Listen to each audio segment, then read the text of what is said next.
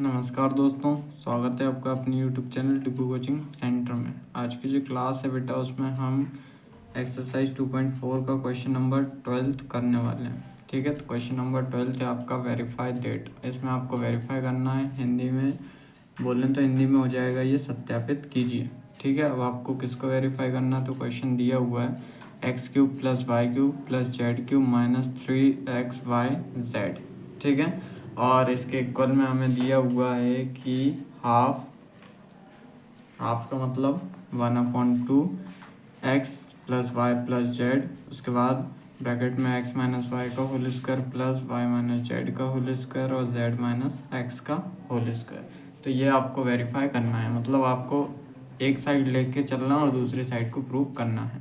तो यहाँ पे बेटा हम राइट हैंड साइड लेकर चलेंगे। कौन सी साइड लेकर चलेंगे? राइट हैंड साइड, मतलब RHS लेकर चलेंगे। तो RHS क्या है आपकी? ये है हाफ x + y + z।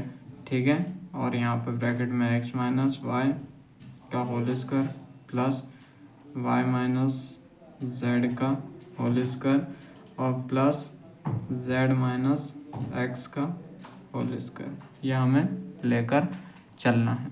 ठीक है, उसके बाद हम इसमें क्या कर सकते हैं, यहाँ पे आपको दिख रहा होगा कि x - y का होल स्क्वायर है, y - z का होल स्क्वायर है और z - x का होल स्क्वायर है। तो इसमें आपको एक आइडेंटिटी देखी होगी आपने, जो कि यहाँ पे मैं लिख के दिखा रहा हूँ आपको कि आइडेंटिटी क्या होती है बेटा? a - b का होल स्क्वायर।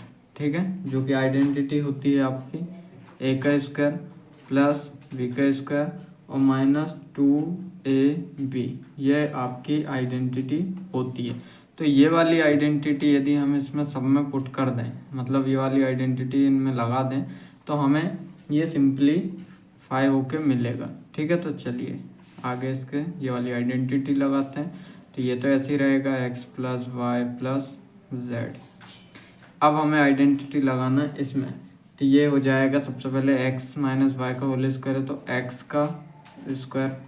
ठीक है, माइनस का क्या हो जाएगा? प्लस y का स्क्वायर और माइनस क्या हो जाएगा बेटा? ये आपका 2xy, यही होती है ना। ठीक है, क्योंकि a की जगह हमने x लिया और b की जगह y लिया। उसके बाद प्लस का साइन है वो लगा, फिर y - z है तो यहाँ पे हो जाएगा y का स्क्वायर प्लस z का स्क्वायर और -2y z। ठीक है, इतना क्लियर हुआ। उसके बाद फिर z है तो वो प्लस z का स्क्वायर और प्लस x का स्क्वायर और -2zx, ये हमारा हो जाएगा। ठीक है, अब इसके बाद आपको इसमें कुछ चीज़ें कॉमन दिख रही हैं या कुछ सॉल्व हो रहा है? तो हाँ हो रहा है, चलिए वो देख लेते हैं। देखिए 1/2 x + y + z ऐसे ही लिखते हैं। अब यहाँ पे x स्क्वायर है और x स्क्वायर कहाँ दिख रहा है? यहाँ पे दिख रहा है। तो हम पहले x स्क्वायर वाले को एक साइड लिख लेते हैं। ये हो जाएगा x square plus x square, और है क्या? नहीं है। फिर प्लस y स्क्वायर है, अब यहाँ पर और दिख रहा है, हाँ ये, तो प्लस y स्क्वायर। ठीक है, और z स्क्वायर है प्लस z स्क्वायर और प्लस z स्क्वायर, क्योंकि 2 z स्क्वायर है। ठीक है, उसके बाद आपको यहाँ पे क्या बच रहा है इसमें? -2xy -2yz और माइनस का 2zx, ये बचा हुआ है। ठीक है, ये हमने लिखा ऐसे ही, समझ में आ रहा है ना। अब उसके बाद देखते हैं, इसके बाद हम क्या कर सकते हैं। इसके बाद देखो 1/2 ये x + y + z, आगे सॉल्व करेंगे इसको। x स्क्वायर और x स्क्वायर को प्लस करना है तो बेटा ये आएगा 2x square plus 2y square और प्लस 2z स्क्वायर।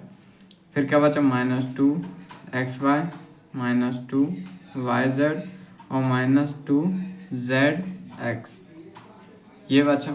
ठीक है, अब इसके आगे देखो, इसके आगे हमें क्या मिल रहा है? सब में कॉमन मिल रहा है 2, तो हम लिख सकते हैं 1/2 और इनटू, इसमें से हम 2 कॉमन निकाल लें तो वो कॉमन यहाँ लिखेंगे, क्योंकि ये दोनों इनटू में हैं तो इसके आगे लिखेंगे। अब अंदर क्या बचा?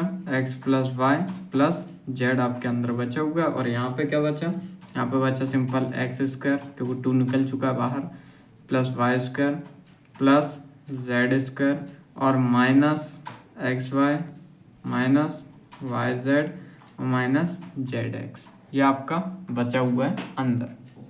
ठीक है, अब यहाँ पे इस 2 से ये 2 कट जाएगा तो क्या बचेगा, ये बचेगा x plus y plus z और x square plus y square plus z square minus x y minus y z और माइनस जेड एक्स, ये बचा हुआ है।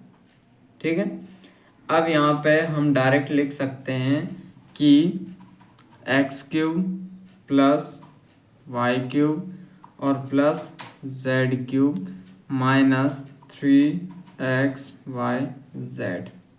ठीक है, ये क्यों लिख सकते हैं, क्योंकि हमारे पास एक आइडेंटिटी होती है a plus b plus c और ये होता है a square plus b square plus c square.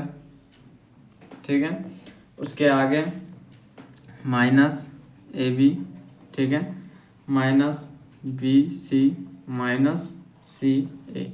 ये आइडेंटिटी जो होती है बेटा ये होती है किसके इक्वल, ये होती है ए का क्यूब प्लस बी का क्यूब प्लस सी का क्यूब माइनस 3ab ये रीज़न हमें इसमें दे देना कि ये जो आइडेंटिटी होती है ये इसके इक्वल होती है, इसलिए इसको हम डायरेक्ट लिख सकते हैं। तो ये जो है हमारा LHS आ चुका है क्योंकि हमें जो है यही प्रूव करना था, हमने RHS लेके चले थे और ये LHS पे ये आके ख़त्म हो जाएगा।